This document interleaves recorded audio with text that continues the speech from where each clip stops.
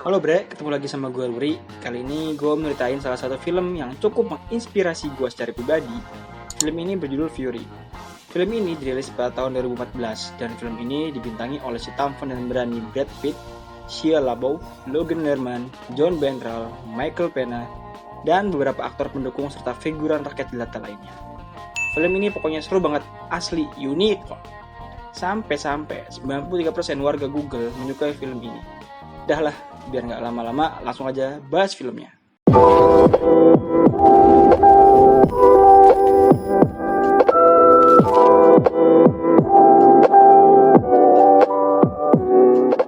Film dimulai oleh orang Jerman yang menunggangi kuda putih di antara tumpukan mayat.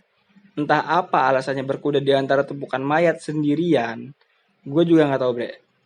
Lalu tiba-tiba, saat si penunggang kuda putih itu melewati sebuah tank, ia diterkam dengan manjanya dan matanya pun bersilaturahmi dengan pisau mentega milik seseorang tersebut. Lalu sang penunggang itu pun tewas terkapar di situ. Dan setelah ia tewas, seorang itu pun melepaskan kuda yang tadi ia tunggangi. Dan ternyata di tank itu berisi para tentara militer, yaitu Don sebagai pemimpin, Gordo sebagai driver, Boyd sebagai penembak yang sangat religius, serta Grady sebagai montir tank. Dan di tank itu ada pula rekan mereka yang telah mati yang tidak disebutkan namanya. Mungkin dia salah satu figuran yang bayarnya sedikit karena di awal film dia perannya cuma jadi orang mati. Gak lama dari situ mereka ngobrol. Tiba-tiba Bom pun jatuh sendiri dari langit dan Don langsung menutup tanknya. Tank itu pun berhasil diperbaiki oleh si montir Grady dan akhirnya menyala. Mereka pun langsung aja cabut ke camp militer untuk beristirahat dan mendapatkan misi selanjutnya. Oh iya bre, di sini gue juga lupa ngasih tahu kepada kalian. Sebenarnya Boyd itu juga memiliki nama panggilan perang yaitu Bible.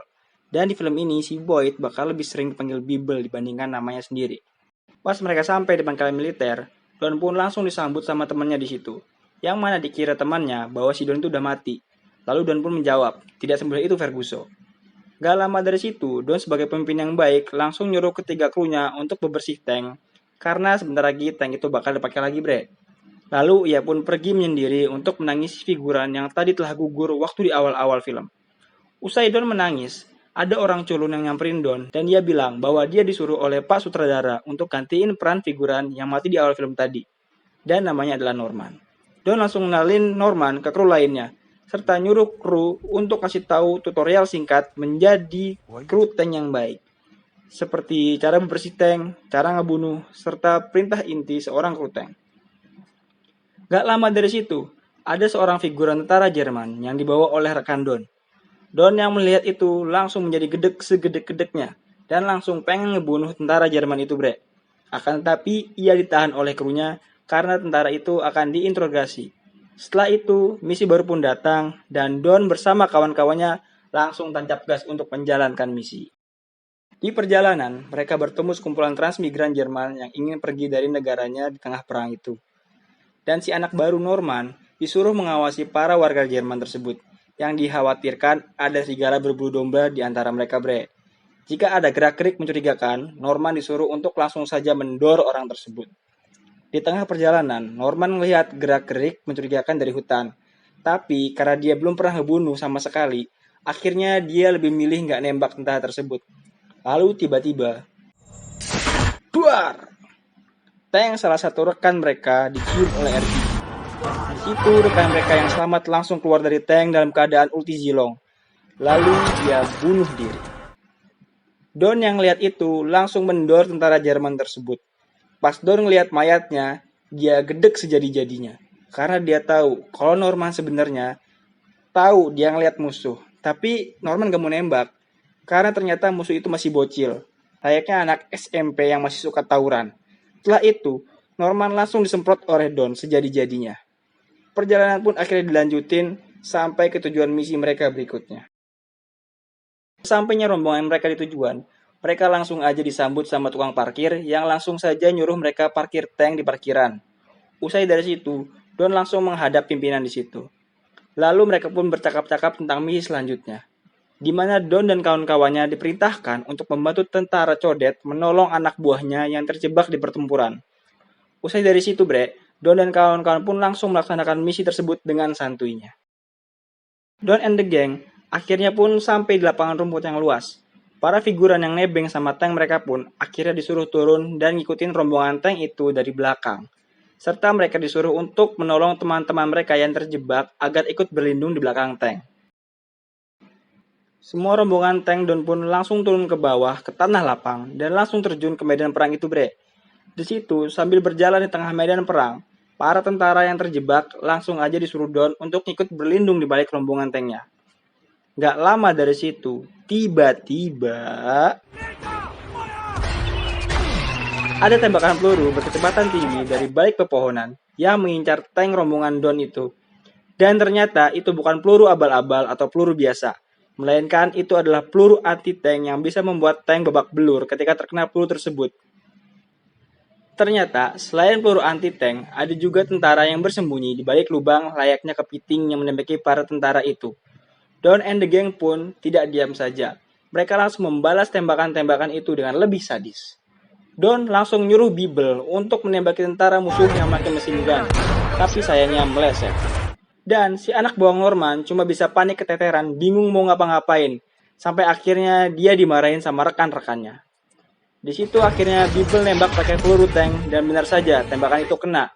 Tentara musuh pun langsung terbang tinggi setinggi 43 meter ke udara dan langsung saja tertarik kembali oleh gravitasi. Boom! Gak gitu bre, yakin sumpah. Intinya tembakan itu kena dan bikin tentara itu terbang setinggi 43 meter ke udara. Di sini perang belum usai. Don dan kawan-kawan ditembak lagi sama anti-tank. Tapi alhamdulillahnya meleset.